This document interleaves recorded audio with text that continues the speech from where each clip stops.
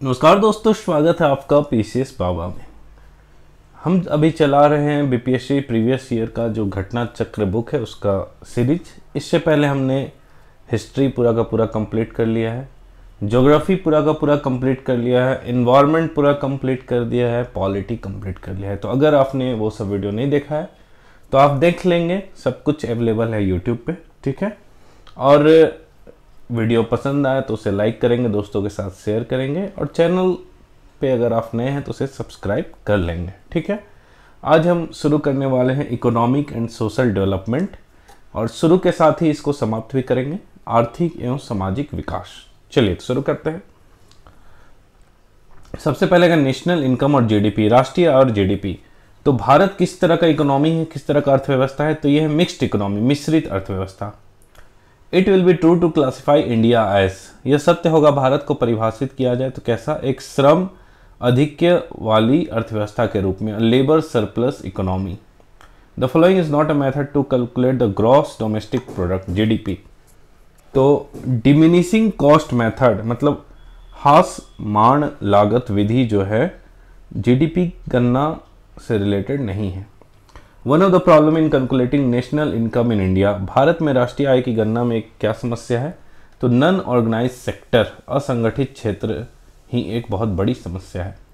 Hindu growth rate किससे जुड़ा हुआ है, तो ये जीडीपी से जुड़ा हुआ है। Based index of economic development is provided by, तो growth in per capita real income from to year, प्रति व्यक्ति वास्तविक आय में वृद्धि, यही आर्थिक विकास का सबसे अच्छा सूचकांक प्रदान किया जा सकता है। The economist who for the first time scientifically determine national income, सबसे पहले वैज्ञानिक दृष्टि से राष्ट्रीय आय की गणना, नेशनल इनकम किसने निकाला था, तो वे थे V.K.R.V. राव, ठीक है। फॉलोइंग ऑफिस और institute release data of national income, national income कौन जारी करता है, तो एनएसओ जारी करता है। In which year the rate of growth of India's per capita income at constant price was highest during the period 1951-52 से 15-16। तो जीडीपी जो पर कैपिटा हमारा ग्रोथ रेट था सबसे ज़्यादा आपका था 2007-8 में। Latest per capita income eight current prices is lowest, सबसे कम जो वर्तमान कीमतों पर प्रति व्यक्ति न्यूनतम आय है इस राज्य में सबसे कम है, तो बिहार में। उसके बाद आ गया एग्रीकल्चर एंड एलिट सेक्टर, कृषि एवं संबंध क्षेत्र। The policy measure adopted by the government of India to improve agriculture marketing system, कृषि विपणन प्रणाली में सुधार के लिए भारत सरकार द्वारा अपनाया गया नीतिगत उपाय क्या है, तो न्यूनतम समर्थन मूल्य, बफर स्टॉक का रखरखाव और सार्वजनिक वितरण प्रणाली, minimum support price, maintenance of buffer stock और public distribution system. Following is not an objective of food management in India, export of food grain, खाद्यान्नों का निर्यात जो है भारत में खाद्य प्रबंधन का एक उद्देश्य नहीं है। In India agriculture crop year, तो भारत में जो फसल वर्ष कब से कब मनाया जाता है, तो 1 जुलाई से 30 जून तक, ठीक है। On which date was the Pradhan Mantri Kisan Samman Nidhi योजना स्टार्टेड, तो ये शुरू हुआ था प्रधानमंत्री किसान सम्मान निधि योजना 24 फरवरी 2019, ठीक है। This solution can be improve Indian agriculture, ठीक है। निम्नलिखित समाधान भारतीय कृषि में सुधार प्रदान कर सकता है, तो ये है किसानों को सुनिश्चित गुणवत्ता वाले बीजों का वितरण, distribution of good quality seeds to farmer. उसके बाद है size of marginal land holding in India, marginal जो सीमांत कृषि भूमि जोत का आकार क्या है, तो 1 हेक्टेयर से कम।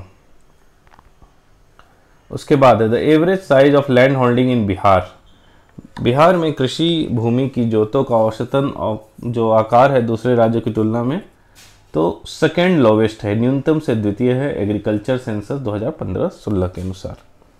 The share of agriculture allied sector in the GDP, agriculture allied sector का जो ग्रॉस डोमेस्टिक प्रोडक्ट, सकल घरेलू उत्पाद में कृषि और उससे संबंधित जो क्षेत्र है उसका अंश कितना है, तो 17.7% आर्थिक सर्वेक्षण 2023-24 के अनुसार।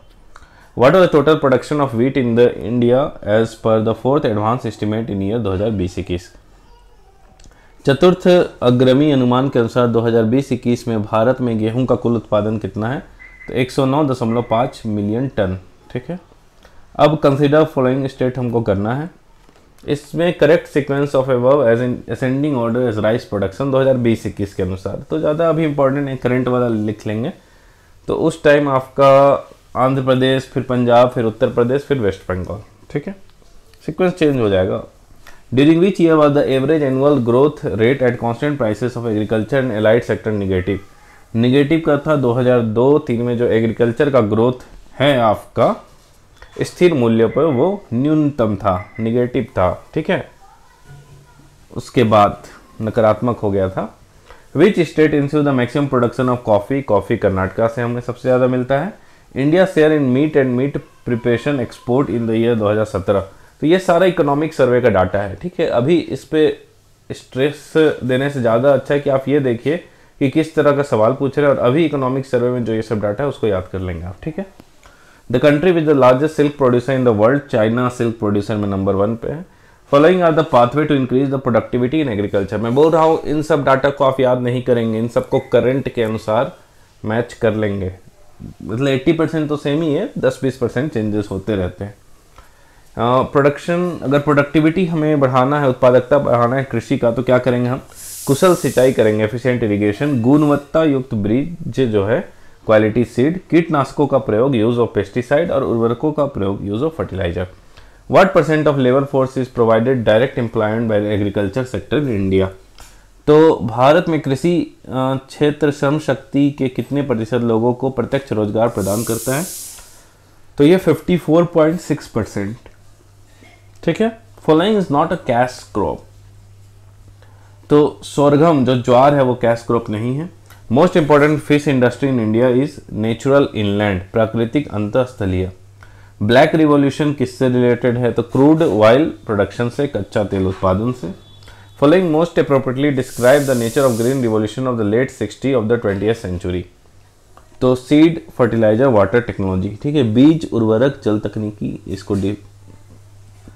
डिसाइड करता है। Following statement is correct. वर्षा बीमा, the rainfall insurance scheme is manage by the agriculture insurance company of India limited. तो वर्षा बीमा एक हमारा भारतीय कृषि बीमा कंपनी लिमिटेड द्वारा किया जाता है। उसके बाद पीएम कुसुम किससे रिलेटेड है? तो to remove farmer dependence on diesel and kerosene and to link pumps and to solar energy. PM Kusum आपका रिलेटेड है किसान को डीजल और केरोसिन पर निर्भरता समाप्त करना तथा पंप सेट और सौर ऊर्जा से जोड़ना। The following are the correct regarding the Pradhan Mantri Krishi सिंचाई योजना। तो इसके बारे में क्या क्या सही है देख लेंगे हम लोग। जल निकायों की मरम्मत और नवीनीकरण, कुओं का निर्माण, जल भृतों के पुनर्भरण में वृद्धि, वर्षा संचयन संरचनाओं का निर्माण, repair and renovate water bodies, construction of wells, enhancement of recharging of aquifer, construction of structure of rain harvesting. Who determine the minimum support price in India? भारतीय में जो न्यूनतम समर्थन मूल्य है कौन इसको डिटरमाइन करता है? तो commission for agriculture cost and pricing. ठीक है, commission for agriculture cost and pricing. Which is not a source of agriculture finance in India. Bharat में कौन कृषि वित्त का स्रोत नहीं है? तो इनमें से कोई नहीं। ठीक है, कोऑपरेटिव सोसाइटी भी है, commercial bank, regional rural bank, ये सब है। ठीक है, उसके बाद to improve institutional agriculture credit flow, what credit target for 2020-21 has been fixed in union budget. ये बजट से इसको स्किप कीजिए। प्रधानमंत्री किसान योजना किससे रिलेटेड है? तो ऑलमोस्ट 10 करोड़ फार्मर फैमिलीज। अच्छा क्वेश्चन है, लगभग 10 करोड़ किसान परिवार से संबंधित है ये योजना। ब्लू रिवॉल्यूशन आपका किससे रिलेटेड है? तो मत्स्य उत्पादन, फिश प्रोडक्शन से। प्रीमियम जो है प्रधानमंत्री फसल बीमा योजना का, ठीक है, तो 2%, ठीक है, 2% खरीफ के लिए और 5% फॉर कॉमर्शियल और हॉर्टिकल्चर क्रॉप के लिए। ठीक है, तो बीमा मूल्य क्या है प्रधानमंत्री फसल बीमा योजना का? 2% खरीफ फसलों के लिए, 5% तथा वाणिज्यिक और बागवानी फसल के लिए। ठीक है, बिहार का कृषि जलवायु क्षेत्र जो सबसे अधिक मखाना का उत्पादक करता है तो वह है पूर्वोत्तरीय जलोढ़ मैदान। The agro climatic zone of Bihar that producer maximum makhana foxnut is north eastern alluvial plain. Agency responsible for procurement, distribution and food grain production in India. तो ये FCI करता है, हमारा भारत की एजेंसी जो खाद्यान्न खरीद, वितरण और खाद्यान्न उत्पादन करता है? FCI, ठीक है, फूड कॉर्पोरेशन ऑफ इंडिया, भारतीय खाद्य निगम। Following decide the MSP। MSP मैंने बताया था, commission for agriculture cost and prices, वही न्यूनतम समर्थन जो मूल्य है MSP को डिसाइड करती है। Brown manuring, recent approach of weed control, ये कहाँ पे यूज होता है? ब्राउन खाद खरपतवार नियंत्रण का हालिया दृष्टिकोण है जो कि अधिकतम प्रयोग किया जाता है प्रत्यक्ष धान बीजारोपण में, डायरेक्ट सीडेड राइस में। A very good breed of buffalo Murrah, एक बहुत ही अच्छा भैंसों की नस्ल है जिसका नाम है मुर्रा, वो कहाँ पाया जाता है? तो ये पंजाब और हरियाणा में पाया जाता है। एग्रीकल्चर रिफॉर्म कहाँ मतलब किस लिए शुरू हुआ था? तो टू हेल्प फार्मर, कृषकों की सहायता करने के लिए। पहला स्टेट जिसने लॉन्च किया policy to establish special agriculture zone, Bharat का पहला राज्य जिसने विशेष कृषि क्षेत्र स्थापित करने हैं तो एक पॉलिसी लॉन्च किया है, ये उत्तराखंड है। NABARD, national bank for agriculture and rural development, इसका मेन लक्ष्य क्या है? तो रूरल क्रेडिट, ग्रामीण ऋण, ठीक है। Bihar third agriculture road map started from, Bihar का जो तृतीय कृषि रोड मैप है उसका शुभारंभ कब हुआ था? नवंबर 2017 में। कुछ देशों में जीएसटी को हम क्या बोलते हैं? तो वैल्यू एडेड टैक्स। कुछ देशों के अपने यहाँ ही पहले वैट लगता था, अभी जीएसटी लगता है। During the period of 2010-11 to 2014-15 the production level of cereal, ये तो आपका करंट का डाटा हो गया, तो ये 5.65% था, ठीक है। अब आते हैं इंडस्ट्रियल सेक्टर में। The first showroom of India of the retail furniture giant IKEA was opened in which city? Current का क्वेश्चन है, स्किप कीजिए। Following infrastructure sector of India is related with Bharatmala project, Bharatmala project जो है वो किस चीज से रिलेटेड है? तो यह है सड़क इंफ्रास्ट्रक्चर, रोड इंफ्रास्ट्रक्चर से रिलेटेड है, ठीक है। Following industrial economic corridor of India is being developed in collaboration with Japan, Bharat का यह औद्योगिक आर्थिक गलियारा जापान के सहयोग से विकसित किया जा रहा है, तो ये दिल्ली मुंबई आर्थिक गलियारा है।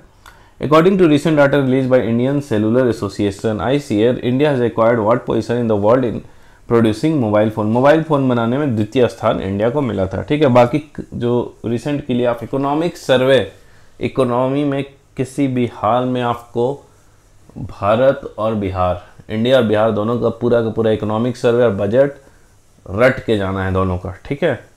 इकोनॉमी का बेस ही वही है, अभी मैं कितना ही पढ़ा दूँ तो वही आपको अधिकतर काम करेगा, ठीक है।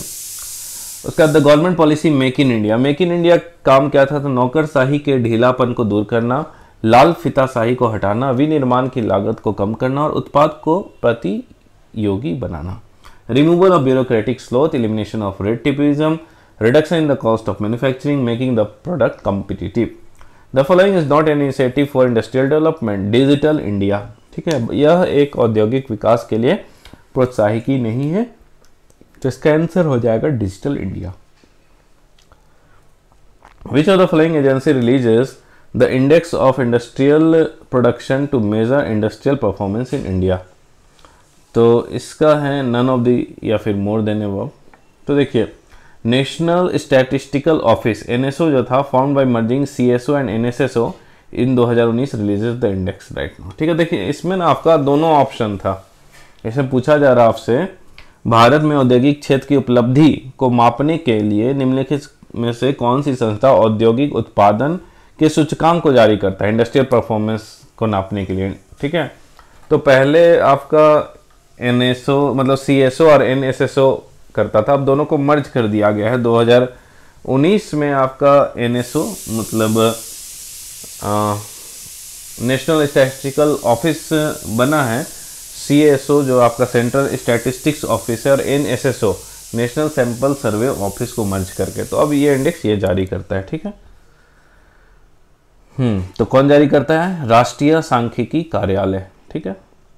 उसके बाद है it was suggested to enact the competition act 2002, प्रतिस्पर्धा अधिनियम 2002 को अधिनियमित करने का सुझाव किसने दिया था? ये दिया था SVS राघवन कमेटी ने। The following party define the micro enterprise in India, ये भारत में सूक्ष्म उद्यम को आंशिक रूप से प्रभावित करता है। तो investment in plant and machinery और equipment not more than 1 crore, संयंत्र मशीनरी या उपकरणों में 1 करोड़ से अधिक निवेश नहीं। तो MSME में ना आप तीनों पढ़ लेंगे एक बार, माइक्रो, स्मॉल और मीडियम, कि उसमें कितना टर्नओवर का क्या क्राइटेरिया था, उसका क्या क्राइटेरिया था, ठीक है, ये आप पढ़ लेंगे, एग्जाम में डायरेक्टली पूछा जाता है। जैसे नेक्स्ट क्वेश्चन भी उसी से रिलेटेड है। Following is the prescribe investment limit for medium enterprises in manufacturing. तो मीडियम का इसमें पूछ दिया आपको, तो ये आप देख लेंगे, ठीक है, कुछ चेंजेस हुए हैं तो लेटेस्ट के अनुसार आप देख लेंगे। मुझे लग रहा है 2 साल पहले चेंजेस हुआ था, देख लेंगे, नहीं तो बाद में मैं इकोनॉमी का कराऊंगा ही शॉर्ट रिवीजन, तो उसमें बता दूंगा आपको, ठीक है।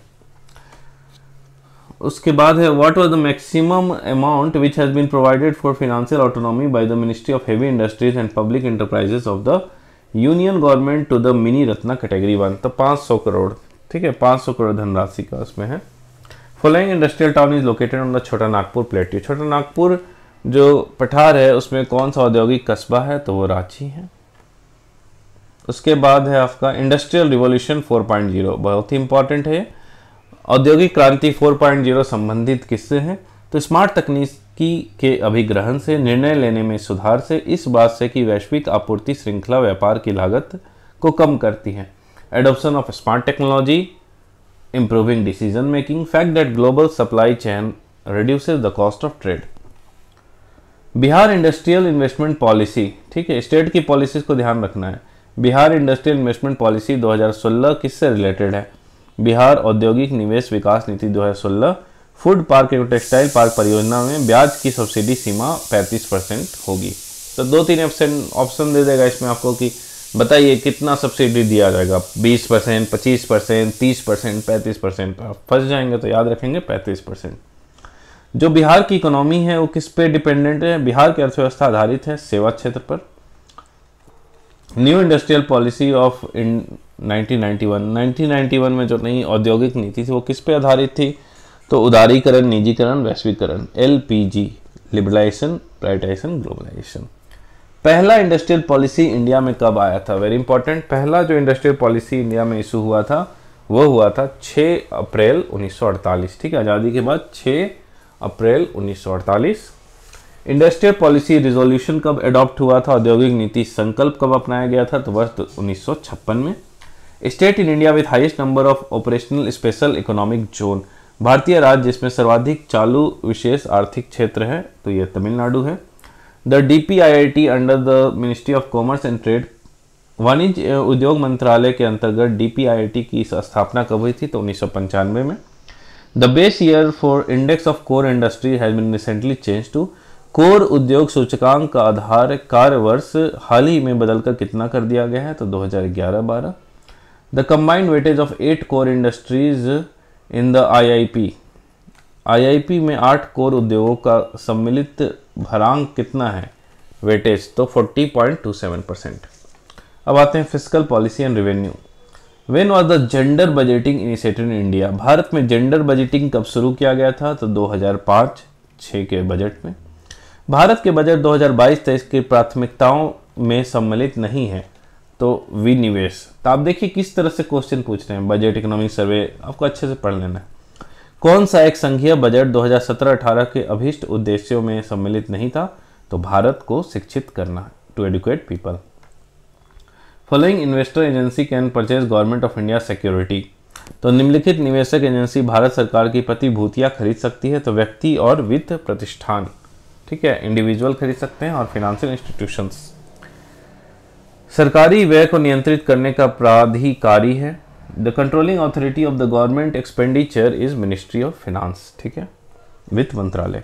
भारत में किस वर्ष रेल बजट को आम बजट में मिला दिया गया था, very important question. In which year was the railway budget merged with the general budget in India, तो ये था आपका 2017, ठीक है।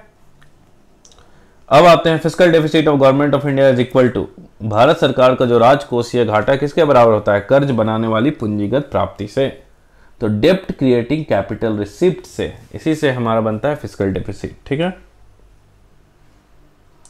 In reference to GST revenue neutral tax rate means, अगर हम जीएसटी के संदर्भ में वस्तु एवं सेवा कर के संबंध में बात करें तो राजस्व तटस्थ कर दर क्या होता है, तो वह दर जिस पर राज्य एवं केंद्र के लिए राजस्व जीएसटी से पहले के समान रहे।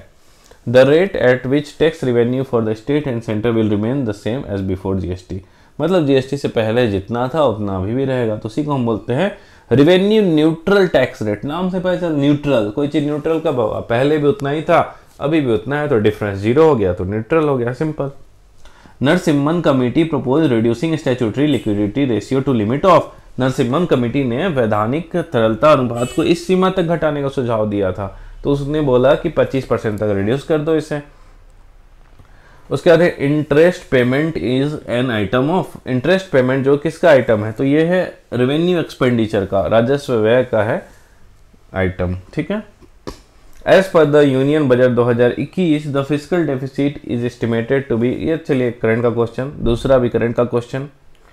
तीसरा objective of SEZ act 2005, SEZ अधिनियम 2005 का उद्देश्य क्या है। SEZ का मतलब मैं आपको बता दूं, स्पेशल इकोनॉमिक जोन होता है जहां बहुत ज़्यादा आपको व्यापार के लिए डेवलपमेंट फैसिलिटीज़ प्रोवाइड की जाती है। अतिरिक्त आर्थिक गतिविधियों का उत्पादन, वस्तुओं और सेवाओं के निर्यात को बढ़ाना, रोजगार निर्माण, ठीक है। तो क्या हो जाएगा, generation of additional economic activities, increasing export of good and services और एम्प्लॉयमेंट जनरेशन। फिस्कल डेफिसिट क्या होता है, राजकोषीय जो घाटा है वो क्या होता है, तो ये होता है sum of budget deficit and government market borrowing liabilities, ठीक है।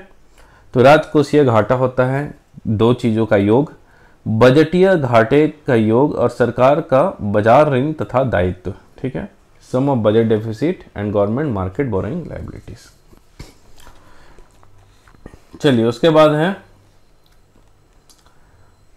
Revenue deficit in India implies that, revenue deficit क्या बताता है, तो Indian government need to borrow in order to finance it expensive with not create capital asset. तो जैसे हम लोग बहुत सारा खर्चा कर रहे हैं जो कि कैपिटल एसेट नहीं बना रहा, तो खर्चा को करने के लिए हमको उधार लेना पड़ेगा, यही बताता है आपका revenue deficit.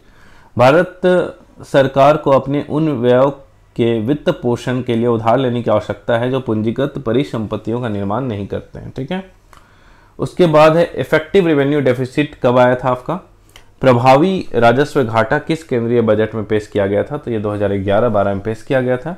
Vote on account का मतलब क्या होता है, appropriating funds pending passing of budget, ठीक है।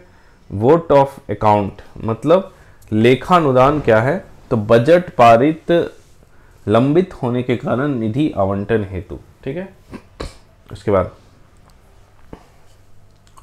Grant given by the central government, grant जो सेंट्रल गवर्नमेंट देता है to state and local bodies for the development of capital asset fall under this category of union budget, ठीक है।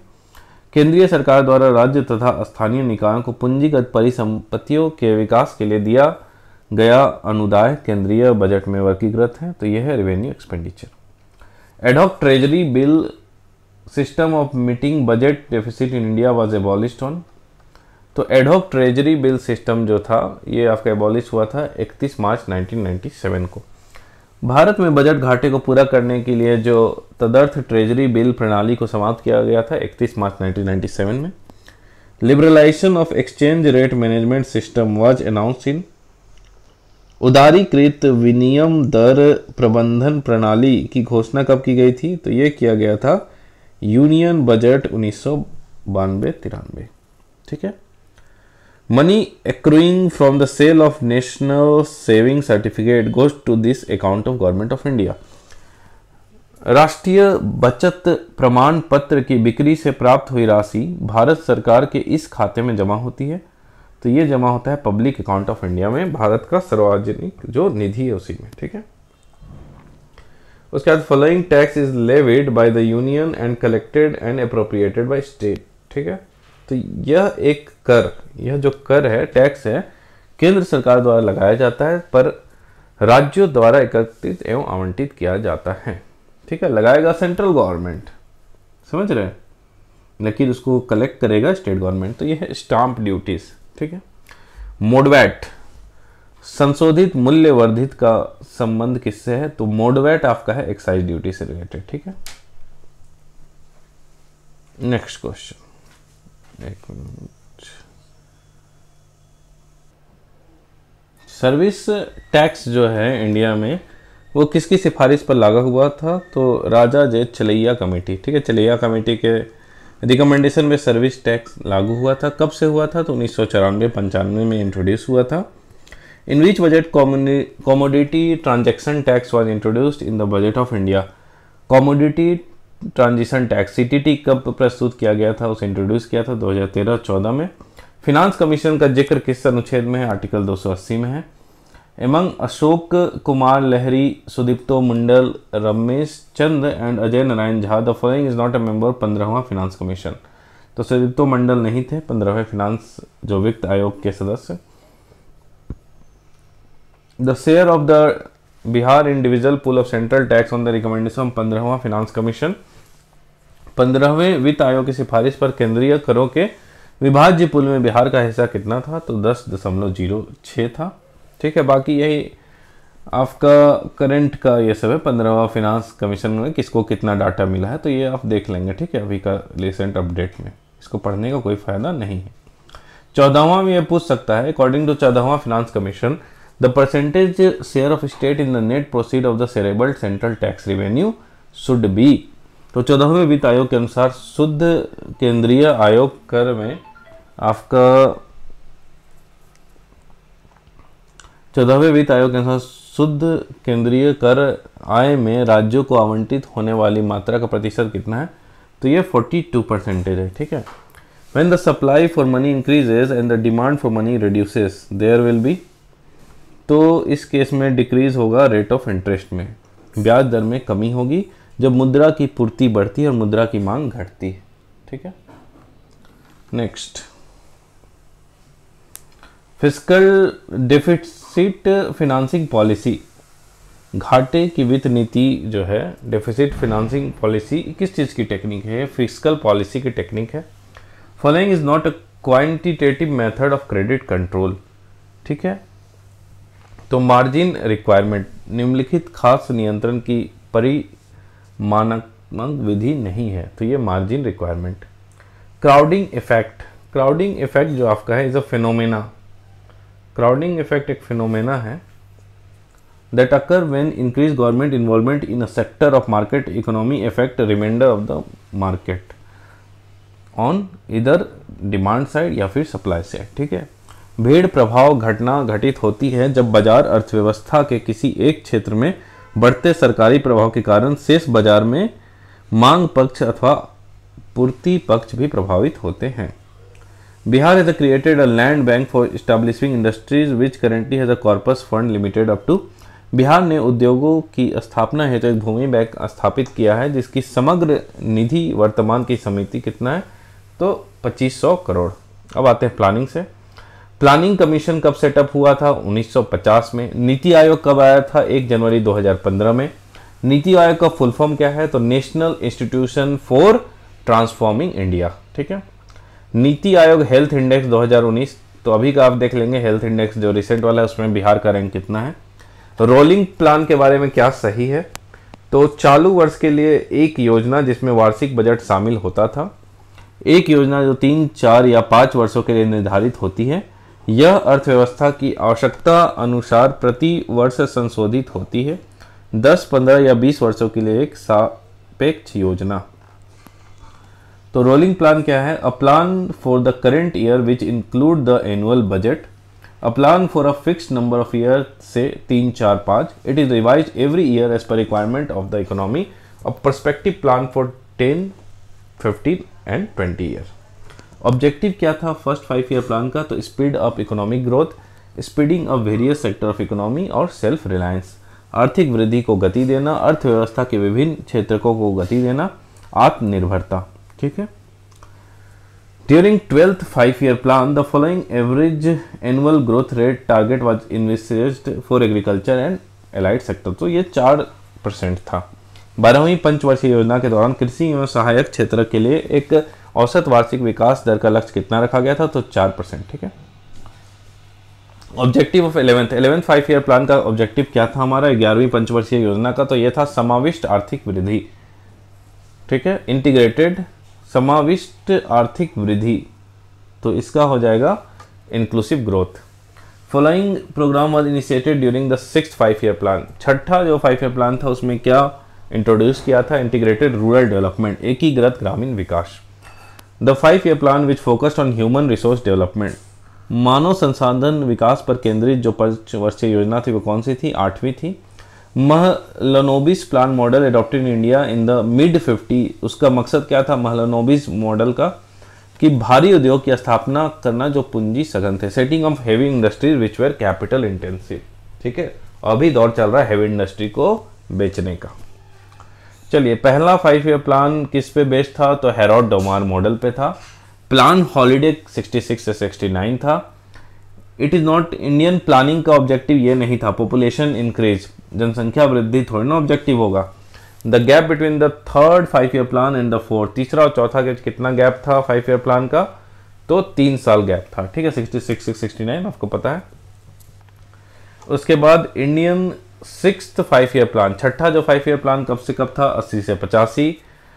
Economic reform किसने किया था? तो नरसिम्हा राव ने किया था। प्रिंसिपल जो सोर्स इंडियन इकोनॉमी का, जब हमारा देश आज़ाद हुआ था उस समय जो हमारी अर्थव्यवस्था की रीढ़ थी तो वो क्या थी? एग्रीकल्चर सेक्टर, कृषि क्षेत्र। Zero based budgeting, very important. Zero based budgeting Bharat में कब शुरू हुआ था? तो 1983 में शुरू हुआ था। नीति आयोग 2015 में बना था। प्लानिंग कमीशन के मतलब प्लानिंग कमीशन को हटा के प्लानिंग कमीशन कब डिसॉल्व हुआ था? 2014 में। Following were treated as the separate annual plan, ये पृथक वार्षिक योजना मानी गई है। तो किसको माना गया है पृथक वार्षिक योजना? तो ये था आपका 90, 91, 91, 92। गांधीयन प्लान को किसने फॉर्मुलेट किया था? SN अग्रवाल ने फॉर्मुलेट किया था गांधीवादी योजना को। ठीक है, उसके बाद मुद्रा and banking, money and banking. Which committee has been constituted by the government of India to boost cashless transaction, cashless लेन देन को बढ़ावा देने के लिए भारत सरकार द्वारा किस समिति का गठन किया गया है? तो यह है Neeraj Kumar Gupta committee. Calculation of bank lending rate as per new methodology, जो नई कार्य प्रणाली के अनुसार बैंक की उधार दर की गणना किस पर आधारित है? तो मार्जिनल एक्सपेंडिचर ऑफ मनी। ठीक है, following macro economic variable are affected by the amount of money supply in the economy. तो रेट ऑफ इंटरेस्ट उस पर डिपेंड करेगा, प्राइस लेवल, एम्प्लॉयमेंट, प्रोडक्शन, सब इस पर डिपेंड करेगा। ठीक है, which the base year for all India wholesale price index WPI के लिए has been change by the government of India. तो कहाँ से कहाँ चेंज किया गया? तो होलसेल प्राइस इंडेक्स जो WPI था पहले आपका 2004-5 था। ठीक है, बेस ईयर, और अभी हो गया 11-12। RBI using following inflation indices as anchor for inflation targeting, inflation targeting के लिए। ठीक है, रिजर्व बैंक जो है इस मुद्रास्फीति सूचकांक का प्रयोग मुद्रास्फीति लक्ष्य के लिए एंकर के रूप में कर रही है। तो CPI कंबाइंड। ठीक है, following commercial bank of India comes in top 100 global bank. तो सिंपल SBI आएगा। How many time RBI reviews the monetary policy in a financial year? ठीक है, तो द्विमासिक, वर्तमान में कोई क्रम नहीं है, नो रेगुलर ऑर्डर टुडे। कभी भी ये लोग समय और सिचुएशन के अनुसार मॉनेटरी पॉलिसी को रिव्यू कर सकते हैं। ठीक है, उसके बाद which private sector bank has launch e Kisan Dhan app for farmer. ई-किसान धन जो ऐप है किसानों के लिए किसने चलाया है? तो HDFC बैंक ने। गुल्लक बच्चा बैंक, गुल्लक बच्चा बैंक कहाँ पे है? पटना में है। Indian currency the 1 rupee note is issued under the signature of, तो इंडियन जो 1 रुपए का नोट है उस पर किसका हस्ताक्षर होता है? तो वित्त मंत्रालय के सचिव का होता है। Finance secretary, ministry of finance, government of India. Financial sector reform in India consist of, तो फिनेंशियल सेक्टर रिफॉर्म भारत में क्या क्या आ जाएगा? तो लोअरिंग डाउन ऑफ CRR और SLR, CRR और SLR को कम करना। दूसरा है entry of private firm in insurance sector, insurance sector में प्राइवेट फर्म को घुसाना। तीसरा डीरेगुलेशन ऑफ इंटरेस्ट रेट। ठीक है, तीनों का तीनों सही होगा। Lowering the cash reserve ratio, cash reserve ratio को हम कम करते हैं तो it will have the following impact on economy. तो bank will have higher leverage to liquidity, जैसे CRR कैश रिजर्व रेशियो कम हो गया, लिक्विडिटी मार्केट में बढ़ जाएगा, तो उसके चलते मार्केट में हर जगह इन्वेस्टमेंट बढ़ जाएगा। सप्लाई ऑफ करेंसी, करेंसी दंदना के मार्केट में तैरने लगेगा, पैसा ही पैसा होगा। ठीक है, उसके बाद if the cash reserve ratio is lowered by the RBI, तो क्रेडिट क्या होगा? मैंने कहा मार्केट में पैसा ही पैसा होगा तो वृद्धि हो जाएगी आपका। The following statement is incorrect, कौन सा गलत है? तो पहला, bank rate is the rate of interest which RBI charges its client on short term borrowing rate. दूसरा, repo rate is the rate of interest which RBI charges client on their long term borrowing. ठीक है, तो bank rate का मतलब क्या होता है? तो official rate of interest charge by central bank. Official जो रेट होता है जो आरबीआई चार्ज करता है उसी को हम बोलते हैं बैंक रेट। ठीक है, चलिए तो निम्नलिखित कौन सा गलत था हिंदी में देख लेते हैं। तो बैंक दर वह ब्याज दर है जो भारतीय रिजर्व बैंक अपने ग्राहकों से उनके अल्पकालिक उधार पर लेते हैं। रेपो दर वह ब्याज दर है जो भारतीय रिजर्व बैंक अपने ग्राहकों से उनके दीर्घकालिक उधार पर लेता है। ठीक है, तो ये हमने देख लिया। चलिए तो नेक्स्ट क्वेश्चन में हमें मैच द फॉलोइंग करना है। तो 1955 में क्या हुआ था? भारतीय औद्योगिक ऋण और निवेश निगम की स्थापना हुई थी, industrial credit and investment corporation of India.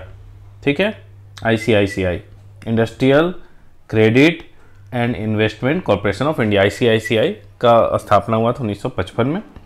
उसके बाद है IDBI आपका 1964 में हुआ, industrial development bank of India, भारतीय औद्योगिक विकास बैंक। तीसरा है Exim, export import bank of India, ये हुआ था 1982 में, भारतीय निर्यात आयात बैंक।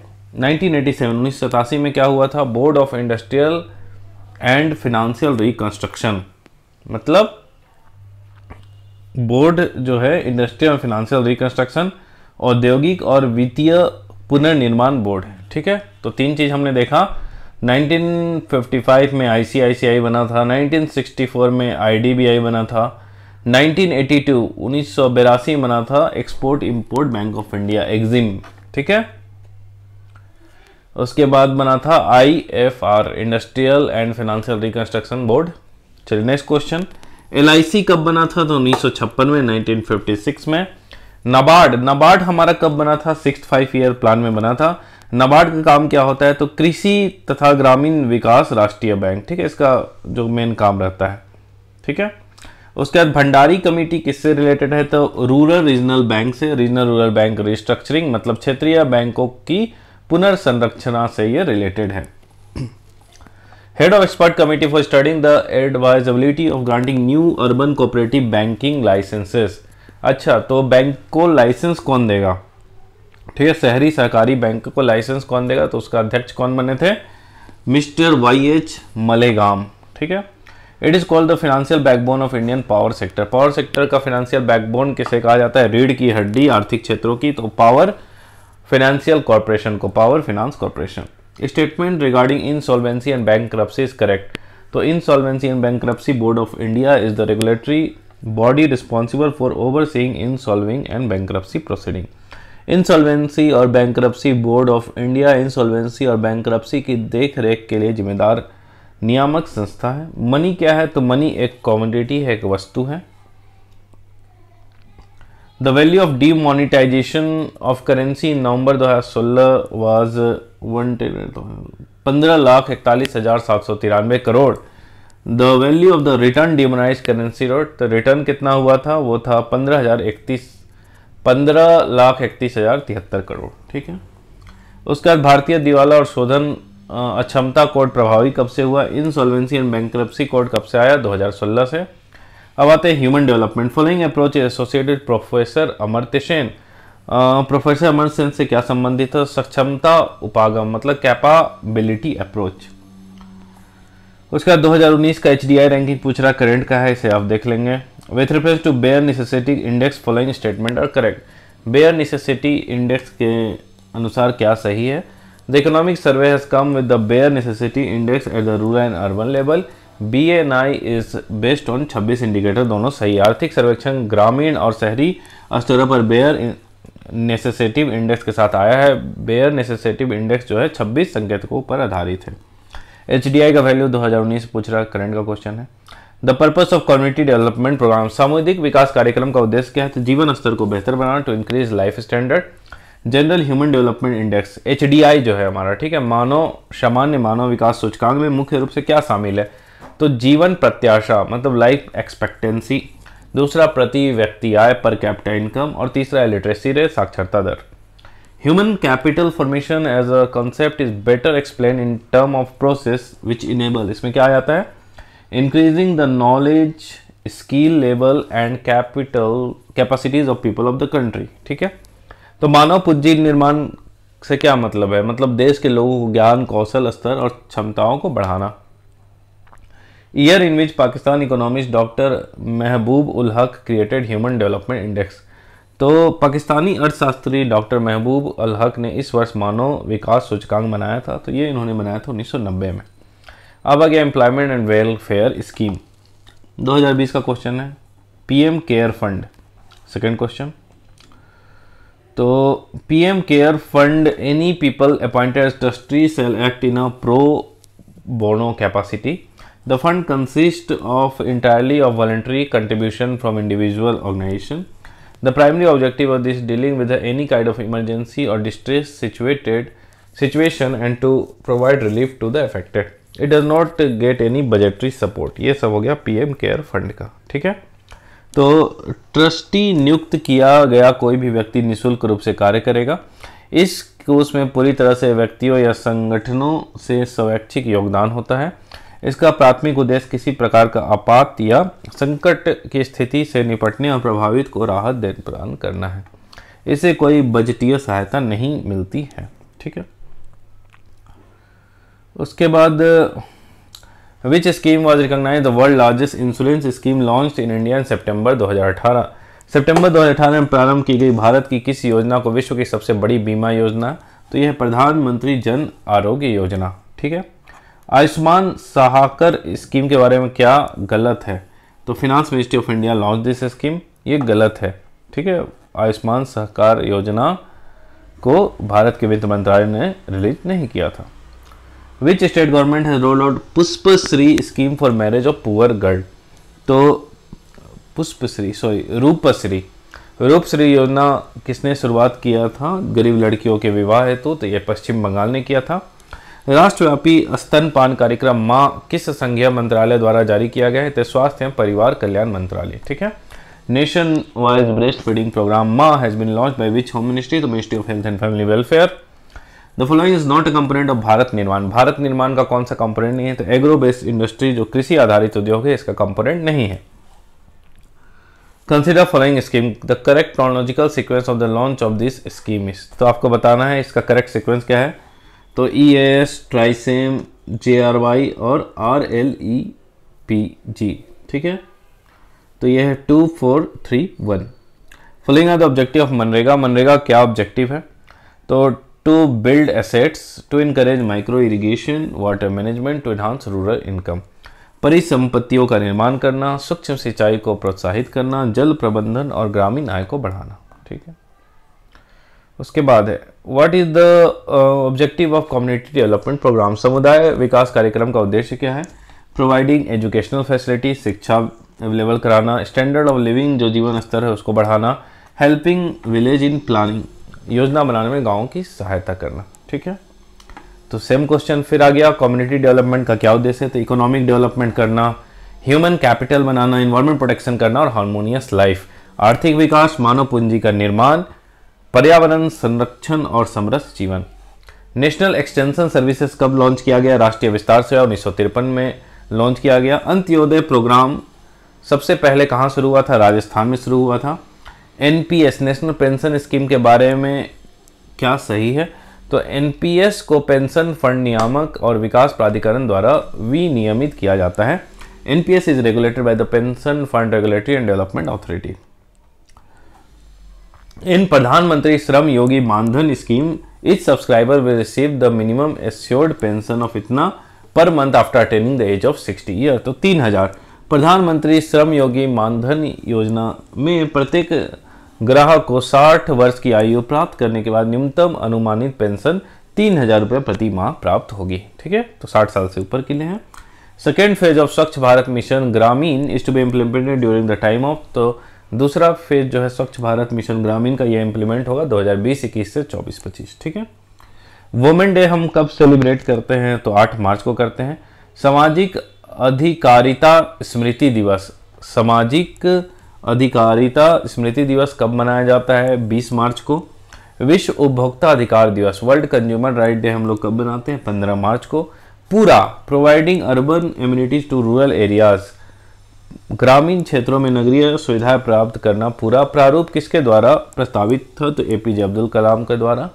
प्रधानमंत्री कौशल विकास योजना किससे रिलेटेड है? The recognition of prior learning से, मतलब लोग का स्किल डेवलप करवाना, ठीक है, कौशल विकास में।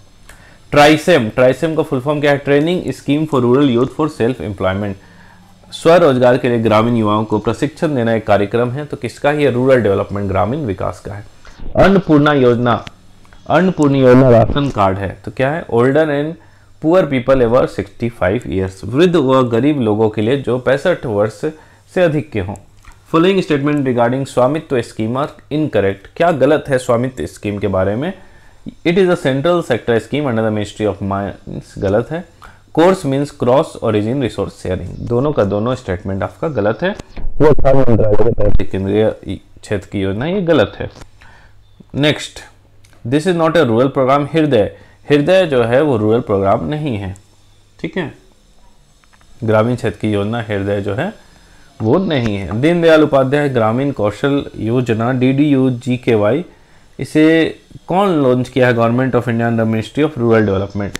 दीनदयाल उपाध्याय ग्रामीण कौशल योजना को भारत सरकार ने किस मंत्रालय के अधीन प्रारंभ किया है? तो ग्रामीण विकास। किस सिद्धांत पर भारत सरकार ने फरवरी 2004 में वंदे मातरम योजना शुरू की? On which principle government of India introduce Vande Mataram scheme in February 2004? तो ये शुरू किया इन्होंने पब्लिक प्राइवेट पार्टनरशिप की तर्ज पे, ठीक है। नेक्स्ट है the special industry initiative of Udaan founded by NSDC has been launch specially. तो NSDC द्वारा अधिक विशेष औद्योगिक पहल उड़ान विशेष रूप से किसके लिए प्रारंभ किया गया? जम्मू कश्मीर के लिए किया गया है। The maximum amount of concessional credit for margin money under the weaver Mudra scheme, बुनकर मुद्रा स्कीम में रियायती दरों पर मार्जिन मनी ऋण राशि की अधिकतम सीमा कितनी है? तो 25,000। देखिए स्कीम से भर भर के क्वेश्चन आ रहे हैं इकोनॉमी में। इकोनॉमी में आपको यही पढ़ना है, बहुत ज़्यादा डेप्थ में नहीं, यही सब पूछता है, ठीक है। A new central ministry of skill development and entrepreneur was created in, कौशल विकास एवं उद्यमिता के नए मंत्रालय का गठन हुआ 2014 में। Major financial inclusion initiative was launched on, प्रमुख वित्तीय समावेशन हाल पहल को प्रारंभ कब किया गया था? 10 फरवरी 2011। NITI Aayog attached anonymous body to actively look into the programme in implementation of programme and initiative of government of India. तो एक नीति आयोग ने एक बॉडी बनाया है जो कि गवर्नमेंट ऑफ इंडिया जो भी प्रोग्राम नीति उति को लागू करती है उसे देखेगा। कौन देखेगा? DMEO, ठीक है। India first skill development centre was inaugurated इन 2014। भारत का प्रथम कौशल विकास केंद्र 2015 में किस राज्य में उद्घाटन किया गया? राजस्थान में। प्राइम मिनिस्टर सौभाग्य सहज बिजली हर घर योजना, प्रधानमंत्री सहज बिजली हर घर योजना सौभाग्य स्कीम जो है वो कब शुरू किया गया? 2017 में। Following ministry monitor 11 of the key infrastructure sector, यह मंत्रालय बुनियादी ढांचा क्षेत्र के प्रमुख 11 क्षेत्रों की निगरानी करता है। तो यह ministry of statistics and programme implementation, MoSPI. राष्ट्रीय सौर मिशन इन प्रधानमंत्री के नाम से प्रारंभ किया गया था, तो ये हुआ था जवाहरलाल नेहरू के नाम से। श्रेयस लॉन्च किया गया फरवरी 2019 में किसके द्वारा? तो श्रेयस लॉन्च किया गया ह्यूमन रिसोर्स डेवलपमेंट के द्वारा। अब आते हैं गरीबी और बेरोजगारी, जिससे हम लोग सब अभी ग्रसित हैं, poverty and unemployment. According to planning commission of India the following are the correct for poverty line 2011-12। ₹26, ठीक है, अच्छा से इसको याद कर लेंगे। 26 per capita per day in rural area और ₹32 per capita per day in urban areas. भारतीय योजना आयोग के अनुसार निम्नलिखित गरीब रेखा के लिए सही है। तो ग्रामीण क्षेत्रों में प्रति व्यक्ति जो ₹26 प्रतिदिन और नगरीय क्षेत्रों में प्रति व्यक्ति ₹32 प्रतिदिन, ठीक है। NSO ने 68 दौर के आधार पर गरीबी अनुमानों के बारे में कथन सत्य नहीं है। तो ये कथन सत्य नहीं है। भारत की 33.35% जनसंख्या गरीबी रेखा से नीचे जीवन यापन कर रही है, ये गलत है। The 33.5% population of India was living below the poverty line, तो ये गलत है। Survey is conducted to define poverty line. Poverty line, गरीबी रेखा को निर्धारित करने के लिए जो सर्वेक्षण किया जाता है, कौन करता है? तो इसे किया करता है NSSO, ठीक है। अब NSO बन गया है CSSO और NSO को मिला के। फॉर बिहारी बिहारी बोल रहा हूँ। फॉर बिहार इन 1993 से 94 planning commission estimated the percentage of below poverty line. योजना आयोग ने 1993-94 में बिहार के लिए गरीबी रेखा से नीचे निम्नलिखित प्रतिशत प्रकाशित किया है, तो 55%। He has given the idea of self help group as an effective tool for poverty alleviation. गरीबी निवारण के लिए प्रभावपूर्ण अस्त्र के रूप में स्वयं सेवा समूह के विचार किसने दिया था? मोहम्मद यूनिस ने। The type of unemployment which is known as disguised unemployment. Disguised बेरोजगारी जिसे छद्म बेरोजगारी के रूप में जाना जाता है, जहां आवश्यकता से अधिक लोग को रोजगार दिया जाता है। When more people are employed than required, जैसे कि एग्रीकल्चर सेक्टर हो गया। ठीक है, अब आते हैं इंटरनेशनल ट्रेड। तो 21-22 का डेटा है, ये भी 21-22 का, ये भी करंट का डेटा है। उसके बाद ये डायरेक्ट यहाँ आ जाइए। In the following year the trade balance was favourable to India. तो ट्रेड बैलेंस जो था फेवरेबल इंडिया के लिए था, कब से कब? तो 1972, 73 और 76 से 77, 72, 73 और 76, 77। ठीक है। Among iron, T, textile and rubber India earns maximum foreign exchange. तो कपड़ा, लोहा, चाय और रबड़ में से भारत अधिकतम विदेशी मुद्रा किससे निर्यात से कमाता है? तो कपड़ा से। Globalisation does not include. Globalisation में क्या इंक्लूड नहीं होगा? Disinvestment of public sector equity. सार्वजनिक क्षेत्र की इक्विटी का विनिवेश आपका वैश्वीकरण में शामिल नहीं है। Which group are permitted and Nandigram area under SEZ policy. SEZ होता है स्पेशल इकोनॉमिक जोन पॉलिसी के तहत नंदीग्राम एरिया में किसको अलाउ किया गया? तो सलीम ग्रुप को। ईपीसीजी, ईपीसीजी का फुल फॉर्म क्या है? Export promotion capital goods. Which country है recently sign a free trade agreement with UAE. UAE के साथ फ्री ट्रेड एग्रीमेंट इजराइल ने साइन किया था उस समय। The visit of foreigners, the visit of foreigner to India to see various places और इवेंट ऑफ द कंट्री। विभिन्न देश के विभिन्न स्थलों या घटनाओं को देखने के लिए भारत में विदेशियों की यात्रा अर्थनैतिक दृष्टि से इसके समान मानी जाती है, तो यह निर्यात के समान मानी जाएगी। अब आपको करेक्ट मैच करना है। Open general licence, open general licence किससे रिलेटेड है? विदेशी व्यापार, एक्सटर्नल ट्रेड से।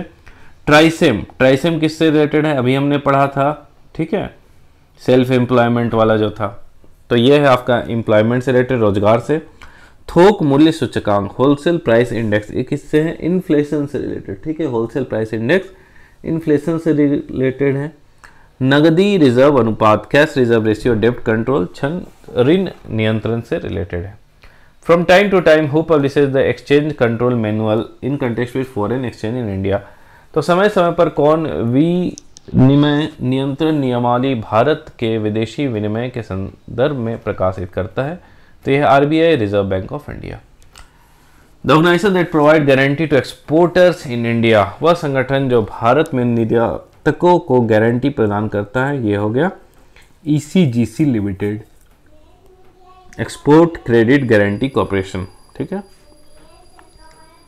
A systematic record of all economic transactions completed in a year between the resident of a country and the resident of the rest of the world is called balance of payment। ठीक है, किसी एक देश के निवासियों और शेष विश्व के निवासियों के बीच एक वर्ष में पूरे किए गए सभी आर्थिक लेन देन को एक व्यवस्थित रिकॉर्ड को कहा गया है भुगतान संकलन। निम्नलिखित बाजार सभी उपभोक्ताओं की मांग को एक साथ वस्तु के रूप में विभिन्न स्तरों पर शामिल करता है, तो यह बाजार मांग, market demand. Following market include the demand of all consumer simultaneously at different price level of the good, तो इसे हम कहते हैं market demand. Goldilock economy is depicted as, Goldilock economy किससे रिलेटेड है? Low inflation, stable economic growth. Goldilock अर्थव्यवस्था को दर्शाया गया है निम्न स्थिति स्थिर आर्थिक विकास द्वारा। गिफ्ट एज मार्केट, ये किसको डिनोट करता है? गवर्नमेंट सिक्योरिटीज मार्केट को। गिफ्ट एज्ड मार्केट का तात्पर्य है सरकारी प्रतिभूतियों के बाजार को। India sign the economic corporation and trade agreement, India भारत ने आर्थिक सहयोग और व्यापार समझौते ECTA पर हस्ताक्षर किया ऑस्ट्रेलिया के साथ। ठीक है, अब आते हैं foreign exchange FDI and external डेप्ट, विदेशी विनिमय FDI तथा विदेशी ऋण। Convertibility of rupee imply, convertibility of rupee का मतलब क्या है? तो freely permitting the conversion of rupee to other currency and vice versa. रुपए की परिवर्तनीयता का तात्पर्य है रुपए को अन्य प्रमुख मुद्राओं तथा अन्य प्रमुख मुद्राओं को रुपए में मुक्त रूप से परिवर्तित करने की अनुमति। ठीक है। Following measure is not likely to aid in providing India balance of payment position. तो ये है levying of higher duties on export, निर्यातों पे अधिक कर लगाने वाला जो यह उपाय है भारतीय भुगतान संतुलन स्थिति को सुधारने में सक्षम नहीं है। Which sector India attract the highest FDI equity flow. तो हाईएस्ट जो एफडीआई आता है हमारा वो आता है सर्विस सेक्टर में। फिनांशियल ईयर 23-24 का डाटा है। इन बिहार 18 का डाटा है, छोड़िए सर्विस सेक्टर है। Foreign currency which has tendency to quickly migration, विदेशी मुद्रा जिसमें त्वरित प्रवास की प्रवृत्ति होती है उसे हम हॉट करेंसी बोलते हैं। ठीक है, 21-22 का डाटा है, छोड़िए। This is the bond through which Indian entities can raise money from foreign market in rupees and not in foreign currency. इस बॉन्ड द्वारा भारतीय संस्थान विदेशी बाजारों में विदेशी मुद्रा के बजाय रुपए में पैसा जुटा सकती है। तो यह है मसाला बॉन्ड। ठीक है, फिर 18-19 अब यहाँ पे in which year new currency euro was introduced. नई मुद्रा यूरो किस वर्ष में प्रारंभ की गई थी? तो 1999 में। Prevention of money laundering act PMLA, prevention of money laundering act जो है इंडिया में कब आया था? 2005 में आया था। Foreign exchange reserve FER, foreign exchange reserve of RBI, इसमें क्या आता है? तो फॉरेन करेंसी एसेट्स FCA आता है। गोल्ड स्पेशल ड्राइंग राइट, ठीक है, SDR आता है। उसके बाद रिजर्व ट्रैंक पोजीशन, मतलब फॉरेन करेंसी एसेट आएगा, गोल्ड स्पेशल ड्राइंग राइट जो है SDR। उसके बाद रिजर्व ट्रैंक पोजीशन, विदेशी मुद्रा संपत्ति, सोना, विशेष आभरण अधिकार और आरक्षित किस्त स्थिति, ये किस में आएगा? फॉरेन एक्सचेंज रिजर्व में। ठीक है। Following statement about rule of origin are correct. तो रूल ऑफ ओरिजिन क्या है? Rule of origin the criteria needed to determine the natural source of a product. Rule of origin help the custom agency to know what regulation and fee apply to a given product। तो उत्पत्ति के नियम किसी उत्पाद के राष्ट्रीय स्रोत को निर्धारण करने के लिए आवश्यक मापदंड है। उत्पत्ति के नियम कस्टम एजेंसियों को यह जानने में मदद करती हैं कि किसी दिए गए उत्पाद पर कौन सा नियम और शुल्क लागू होता है। ठीक है, उसके बाद नेक्स्ट है These are used for the purpose of trade statistics। Trade statistics किसका यूज होता है? Their importance is derived from the fact that duties and restrictions in several cases depend upon the sources of import। The vice chairman of Bimal Jalan committee appointed by RBI to suggest how the central bank should handle its reserve, तो यह राकेश मोहन। ठीक है, उसके बाद international organisation पे आते हैं। Ease of doing business कौन पब्लिश करता है? वर्ल्ड बैंक ग्रुप करता है। ये हो गया आपका 20 का डाटा। इंडियन डेवलपमेंट फोरम IDF को अर्लियर किस नाम से जाना जाता था? Aid India consortium. भारतीय विकास फोरम को पहले जाना जाता था भारतीय सहायता क्लब के नाम से। The following organisation bring out the publication known as world economic outlook. World economic outlook कौन निकालता है? International monetary fund IMF। TRIM का फुल फॉर्म क्या है? तो ट्रेड रिलेटेड इन्वेस्टमेंट मेजर। ठीक है, ये 19 का है। फिर 2000 का क्वेश्चन। ठीक है, मैकोंग गंगा कोऑपरेशन 2000 में कहाँ लॉन्च हुआ था? लाओस में लॉन्च हुआ था। नाफ्ता, तो following is not associated with NAFTA. NAFTA से कौन जुड़ा हुआ नहीं है? तो ग्रेट ब्रिटेन। ठीक है, उसके बाद आपको करेक्ट क्रोनोलॉजिकल ऑर्डर बनाना है। ठीक है, तो सबसे पहले हो जाएगा 4 मतलब साप्ता। ठीक है, south Asia preferential trade agreement. उसके बाद फर्स्ट हो गया ISL FTA। ठीक है, तो इंडिया आई से हो गया इंडिया, एस से श्रीलंका फ्री ट्रेड एग्रीमेंट। उसके बाद हो गया SAFTA, South Asia free trade agreement. उसके बाद सबसे लास्ट में हो गया CECA, comprehensive economic cooperation agreement between India and Singapore. G15 क्या है? तो organisation for developing countries of the world. Country is not a member of G8। G8 का मेंबर कौन नहीं है? स्पेन नहीं है, इंडिया भी नहीं है। आसियान का फुल फॉर्म क्या है? Association of South East Asian nation. Following is not a member of regional comprehensive economic partnership, तो ये पाकिस्तान नहीं है। ठीक है, who was appointed as the chairman of 7th central pay commission constituted by government of India in February 2014 में।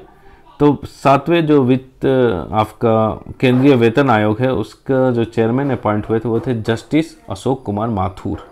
ठीक है, Which state government signed a pact with Airport Authority of India to develop villages in Kamrup? तो कामरूप आपका आसाम में है।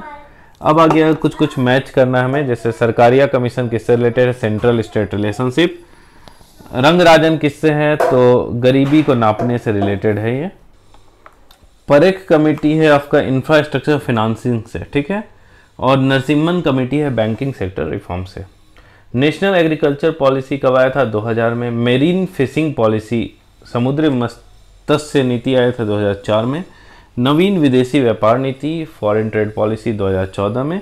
सातवां वित्तीय आयोग, 7th फाइनेंस कमीशन 1978 में, ठीक है।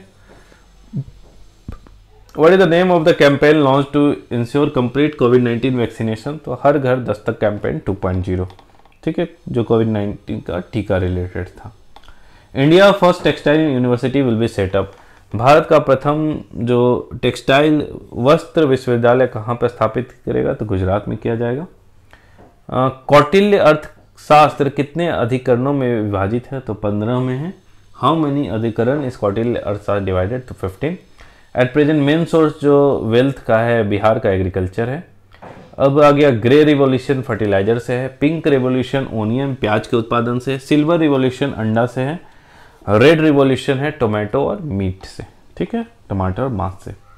पेपर गोल्ड हम किसे कहते हैं, तो SDR को, special drawing right full form है इसका। मुद्रा स्कीम किससे रिलेटेड है, सिडबी से रिलेटेड है। DMIC Delhi Mumbai industrial corridor किससे रिलेटेड है, तो इंडियाज बिगेस्ट इंफ्रास्ट्रक्चर स्कीम है ये, ठीक है, पासिंग थ्रू 6 स्टेट। भारत की सबसे बड़ी और संरचनात्मक परियोजना 6 राज्यों से होकर गुजरती है। द वैल्यू ऑफ करेंसी और purchasing power of currency change कब होता है, तो inversely proportional to price level. मुद्रा का मूल्य या मुद्रा की क्रय शक्ति बदलती है मूल्य स्तरों के व्युत्क्रमानुपाती। Prevention of money laundering act कब आया था, PMLA, तो 2005 में। मेक इन इंडिया कब लॉन्च हुआ था, 25 सितंबर 2014 में। GI टैग, मगही पान को GI टैग मिला हुआ है बिहार में। प्राइमरी क्या होता है, तो raw material extraction, primary industry. Quinary क्या होता है, high level decision making. Tertiary होता है सर्विस सेक्टर। सेकेंडरी होता है मैन्युफैक्चरिंग। फिर से देख लेंगे, प्राइमरी हो गया रॉ मटेरियल एक्सट्रैक्शन, सेकेंडरी हो गया मैन्युफैक्चरिंग, टर्शियरी हो गया सर्विस, और क्वीनरी होता है हाई लेवल डिसीजन मेकिंग, ठीक है। तो प्राथमिक कच्चे माल का निष्कर्षण, द्वितीयक विनिर्माण, तृतीयक सेवाएं, और क्वीनरी उच्च स्तरीय निर्णय लेना। प्रेजेंट गवर्नर कौन है RBI के, Shaktikanta Das.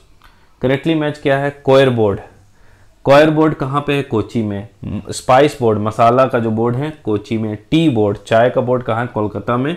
Coffee board Bengaluru. Very important, पूछता है बार बार। Coir board Kochi, spice board Kochi, tea board Assam नहीं मारेंगे, सबसे पहला असम असम रहेगा, कोलकाता। कॉफी बोर्ड बेंगलुरु, ठीक है। ये रिपोर्ट के अनुसार है, as per Angus Maddison book the world economy historical statistics, what was the contribution of Bharat in percentage in world GDP during ancient time. तो प्राचीन काल में पूरा विश्व का जो GDP, उसमें हमारा कंट्रीब्यूशन जो था, योगदान 32% था, समझ सकते हैं आप। उसके बाद electronic filing of return of tax collected at source scheme was incorporated as per income tax act 1961, तो 2005 में ये लगा था। आयकर अधिनियम 1961 के अनुसार स्रोत पर एकीकृत कर रिटर्न की इलेक्ट्रॉनिक्स फाइलिंग शुरू हुई थी 2005 से। Transformation of taxes on domestic product into VAT was first recommended by, घरेलू उत्पादों पर करों को सर्वप्रथम किस समिति ने मूल्य वर्धित करों के रूप में परिवर्तन करने का सुझाव दिया था, तो ये दिया था राजा चलैया कमेटी ने, ठीक है। ये हो गया current outdated data.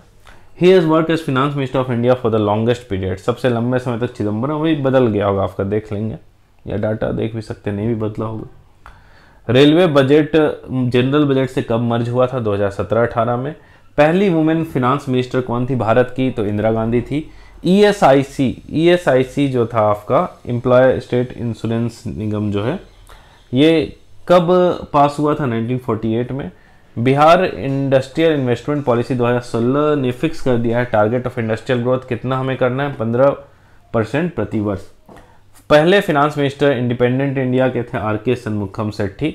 Annual financial statement और फिनांस बिल, ठीक है, तो एनुअल फिनेंशियल स्टेटमेंट आर्टिकल 110 में है, और आपका financial bill annual financial statement budget जो है 112 में है, और फिनेंशियल बिल जो है आपका ये 110 में है। वार्षिक वित्तीय विवरण 112 में, और वित्त विधेयक संविधान 110 में। In which year GST was propose to be introduce from April 2010, 2006-7 में ही प्रपोज किया गया था।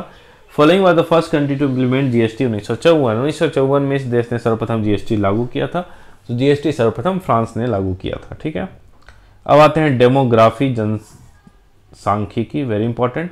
पहला सेंसस, पहला जनगणना कब हुआ था? 1872 में। ठीक है, what is the minimum age of person whose photography, fingerprinting and iris mapping will be done for the census 2011। मतलब 15 साल से, मतलब 15 साल उससे ऊपर लोगों की फोटो जनगणना में, फोटो, उंगली के निशान, आंख की पुतली, इस सब का लिया जाएगा। ठीक है, उससे कम एज का नहीं लिया जाएगा।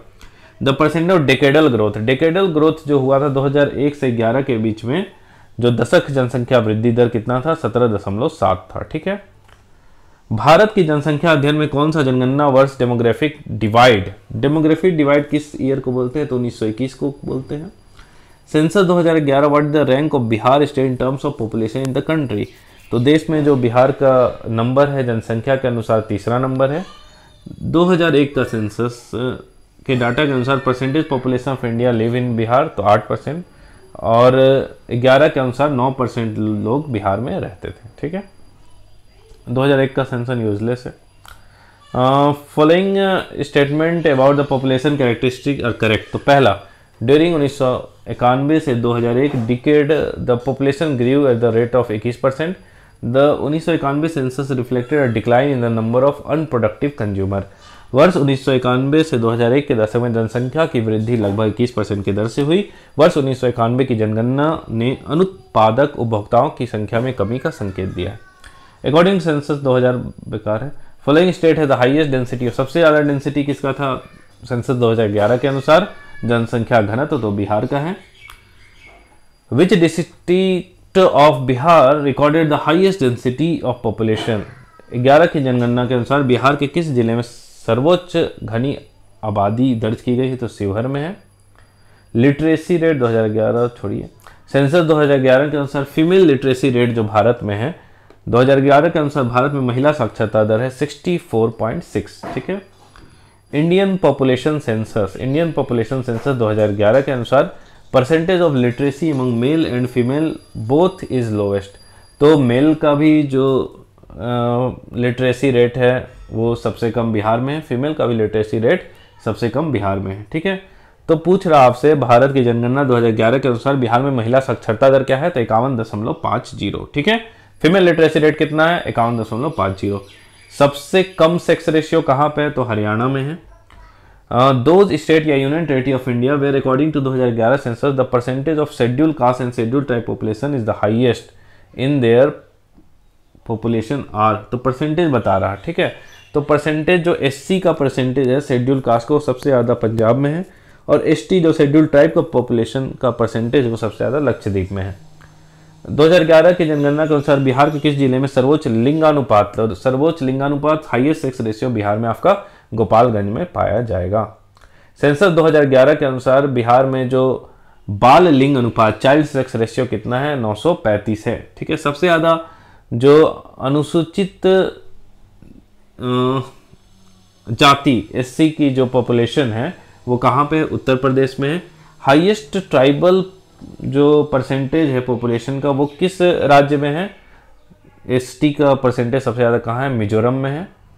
विच schedule tribe is largest in India, कौन सा शेड्यूल ट्राइब जो है आपका सबसे अधिक अनुसूचित जनजाति कौन पाई जाती है? तो भील है सबसे ज़्यादा। ठीक है, दूसरे नंबर में गौंड है। विच स्टेट है become highest number fully covered tribal in habitation with safe drinking water. तो किस राज्य में सुरक्षित पेयजल के साथ पूरी तरह से घिरा हुआ आदिवासी आवासों की सर्वाधिक संख्या है? तो मध्य प्रदेश है। Following ministry release youth in India report 2022। तो यूथ इन इंडिया रिपोर्ट 2022 किसने रिलीज किया? Ministry of statistics and programme implementation, MoSPI. ठीक है, विच स्टेट है top the list of state with most number of beggars, सबसे ज़्यादा भिखारी कहाँ पाए जाएंगे आपको? तो वेस्ट बंगाल में, पश्चिम बंगाल में। एवं क्रिश्चियन, हिंदू, सिख एंड जैन, हिंदू, मुस्लिम, सिख, ईसाई में जैन धर्म समूह में से सर्वाधिक साक्षरता दर प्रतिशत किस में है? सबसे ज़्यादा जो एजुकेशन है, लिटरेसी रेट है, वो जैन में पाया जाएगा। सेंसस 2011 के अनुसार भारत की कुल जनसंख्या में नगरीय जनसंख्या का प्रतिशत कितना है? तो जो अर्बन पॉपुलेशन कितना परसेंटेज है, 31%। ठीक है। 10,000 ईस्वी पूर्व में विश्व की जनसंख्या कितनी थी, तो ये उपयुक्त में से कोई भी नहीं है। ठीक है। Which country of the world है द लार्जेस्ट इंडियन पॉपुलेशन, तो 2018 तक आप देखेंगे, दिसंबर 2018 तक विश्व में इस देश में सबसे ज़्यादा अधिक भारतीय आबादी है, तो यूएई में है, संयुक्त अरब इमिराट्स में। ठीक है। अर्बनाइजेशन, ये भी करंट का डाटा है बजट का, तो फिर आप देख लेंगे। As per 75th round national sample survey, state with highest and least literacy, तो ये तो 3-4 ऑप्शन दिया होगा। हाईएस्ट लिटरेसी तो आपको पता है केरला, और ऑप्शन में आंध्रा कम होगा, नहीं तो वैसे देखें तो सबसे लिस्ट लिटरेसी आपका बिहार में पाया जाता है। Most significant feature Indian population का क्या है, भारतीय जनसंख्या की सबसे महत्वपूर्ण विशेषता क्या है, तो वो है किशोर जनसंख्या का आकार, साइज ऑफ एडोलेसेंट पॉपुलेशन। 2011 के जनगणना के अनुसार भारत में गरीबी रेखा से नीचे बीपीएल का प्रतिशत कितना है, तो 21.9%। ठीक है। 2011 में भारत का एकमात्र राज्य जिसने 1000 पुरुषों पर 1084 महिला के उच्चतर लिंगानुपात, मतलब मैक्सिमम जो सेक्स रेशियो आपका केरला में है 1000 मेल पे 1084 फीमेल है।